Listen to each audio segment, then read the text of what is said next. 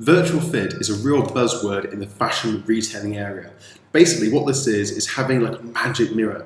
It captures your picture and it puts clothes or garments or accessories onto your body to see if it suits you. So rather than taking it to a store and spending hours trying everything on, you can just take a picture of yourself, take a video, click a few buttons and see exactly how it fits. This sounds really great because we can go shopping for everything from our home without having to actually go through the queues and all the nightmares. But is it actually any good? Let's do an experiment. Ray-Ban have this app which lets you try on virtually all the different kinds of glasses in their range. So you can look like you're wearing all those Ray-Bans. Now that's really good in an idea. Now you see here, I've also got a brand new pair of Ray-Bans, and these are type RB3386. So here we have Ray-Ban virtual mirror website, and I found exactly the right glasses. So we've got the real ones here, let's try them on.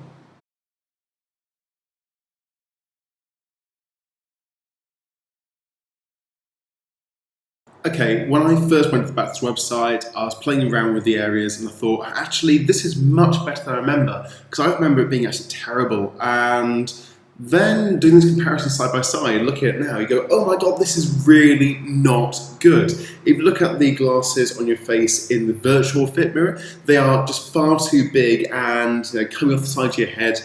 It's just not really where it's meant to be. Now, if you look at this, obviously this is real life, it will always be better, but it looks sleek, it looks actually where it should be. This is the style. It's not down there, it's not up there, it's where it should be. And if you've gone to try and buy sunglasses from anywhere, you'll know that a slight change in the glasses, I mean, this is aviator style, but it's slightly narrower on the depth. Not by a massive amount, but it's enough. Notice, if you do that, it completely changes the look of the glasses. This is not a classic aviator, it's more of a modern interpretation of the design. The virtual fit does not get that right, and it's a real shame that they're not doing it. Now, why is it like this? It's probably the technology is not quite where it should be. Okay, this is an app called Zombie Booth, or Zombie Booth 2. And I've been using this in various bits since 2009, 2008, quite a long time ago. Anyway, so what we're going to do is line up my face. My eyes are about the right area, ears about the right area. So click there. And that's a really scary picture of me. So I'm going to click OK.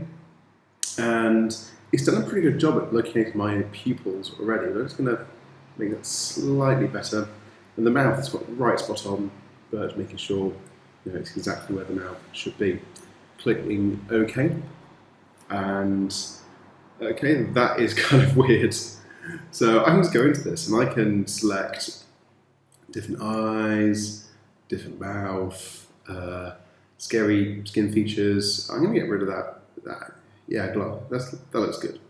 And a bit of that weird lighting, which zombies always like. So that is my zombie profile. I actually touched the screen, and I'm now eating my own finger. You can't really see this, but see around. So that's Zombie Booth. And what is so amazing is that Zombie Booth, which is a free app from 2009 maybe, it's quite old, can do such a good job at capturing my face and adding bits in, which Ray-Ban can't do.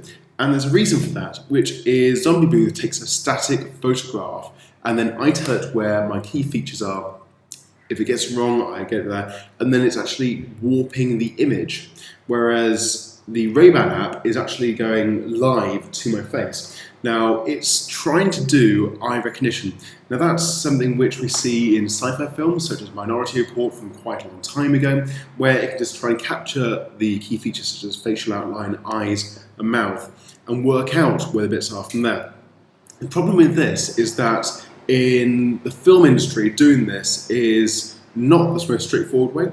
They put lots of dots all over the actor's face. The cameras capture the dots position, then they produce a 3D mesh from those dots, and then take a kind of puppet image in a computer, warp that to where the dots are, and then you are using your face as a controller for the image. So what we're looking at is to get these onto my face really well, as good as wearing them in reality, you've got to have much better facial mapping than we can currently do with Hollywood technology, which still relies on balls.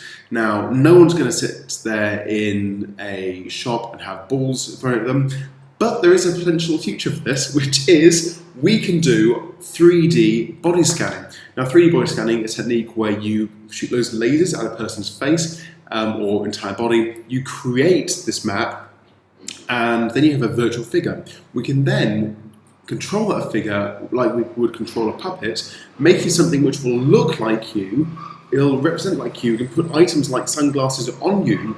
You will think it is you, but it's not. It's a computer-generated image, which is controlled that way. So, the short of it is, live virtual fit really isn't there yet, and might not get there for a very long time. But if we use body scanning, we can do something really, really amazing. That's going to be a talk for another video, but the short of it is, virtual fit. Is it any good? Possibly. You decide.